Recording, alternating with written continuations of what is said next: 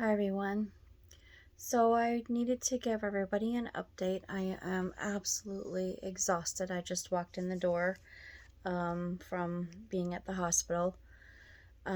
If anyone who hasn't been following along, my husband's son, who would technically be my stepson, but I married my husband when he was an adult. So he's 24 years old, suffers from a host of medical problems as well as developmental delays. He's special needs and he's autistic. He functions at about 3 years old. And my husband is legal guardian, but not custodial or physical guardian, not fiduciary responsibility. He is only legal guardian to oversee all of his son's needs and medical um, medical needs and so forth. He can become violent. He can become extremely violent during episodes, and they've been working on managing that. And he's gone through periods where he's had no violent episodes and periods where he's had several in a day. A lot of it is due to mismanagement of him and his meds and blood sugar issues, all kinds of things. He is supposed to be in a highly specialized group home with trained staff to take care of all of his medical and behavioral and all of his needs. But community mental health here, our local community mental health, has been made a series of mistakes and haven't been able to find placement. So he's been living in our home against our will for a very long time now. And I've been warning people. He put me in the hospital. During these episodes, he targets my husband.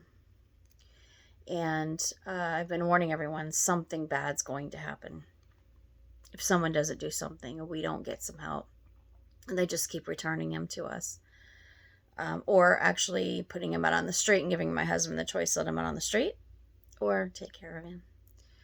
So this morning there was a major violent episode. My husband got injured. He attacked my husband. And it took about 15 minutes for the police to get here. And during that time, my husband was defending himself and trying to subdue his son. His son outweighs him now. So Ray is my husband, Jamin is his son. Jamin outweighs Ray at this point, and when he gets psychotic, he can have superhuman strength. And he was upset.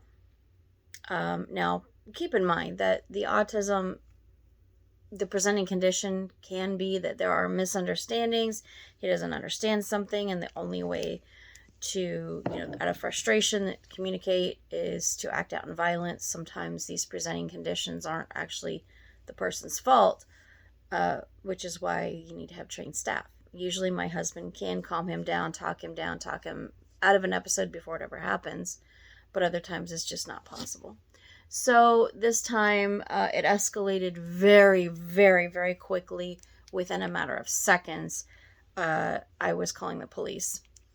And during that time frame between when the episode started and he attacked my husband and when the police came, my husband got injured, and in trying to subdue his son, Jamin, I want to say he got injured, but it was just the normal trying to fight off the pinches and the kicks and the spits and defend himself. My husband was trying to defend himself.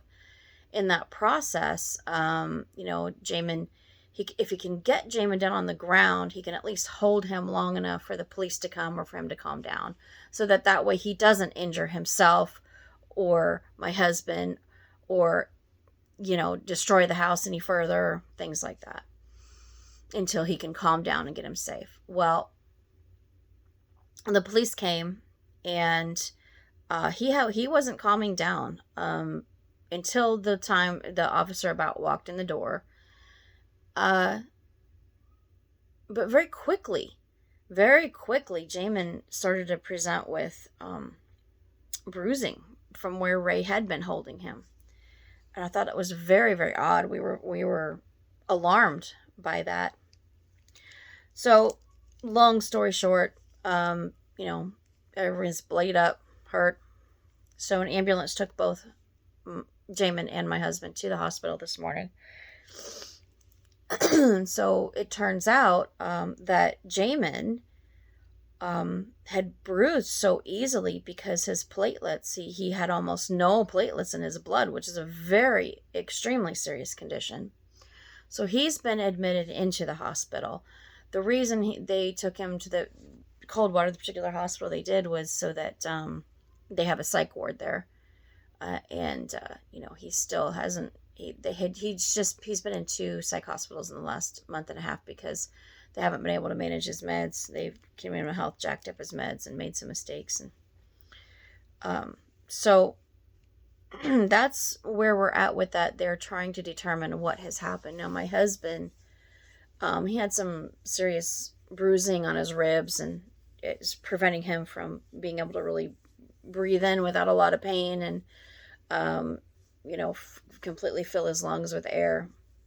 You know, they treated him and released him with some prescription and you know, treatment.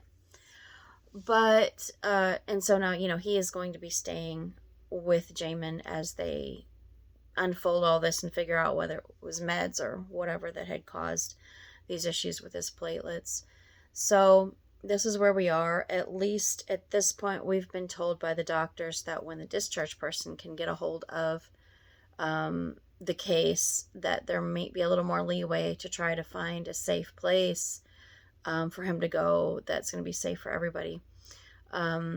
Hopefully, at this point, we're getting some eyes on this, some attention, because we've been crying out for help for over a year now, and we haven't gotten it. And unfortunately, all of these bad things have happened in the meantime. And even though this is a terrible thing that happened today, we're actually grateful that it happened, because if Jamin would have had an episode or even just fallen and bumped his head, he could have had a brain bleed and died. You know, he's still not completely out of the woods yet. They've done some CT scans, and you know, but very, very quickly when I got to the hospital, it was shocking.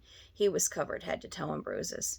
And the hospital actually, you know, filed a report at the APS because, oh my goodness, the kid's covered head to toe in bruises. Looks like someone beat him almost to death. But that is not the case. They said that just the slightest little tap would have caused him bruising. And we had noticed, he hasn't been back home with us. We had noticed he had bruises on him from before he went into this last psych hospital, and minor bruising after that was a little concerning. And so Ray had been making appointments to follow up on those things. So we would have found out, but at least now we found out much quicker. And he is in the hospital, not here in the house, putting anyone else in danger.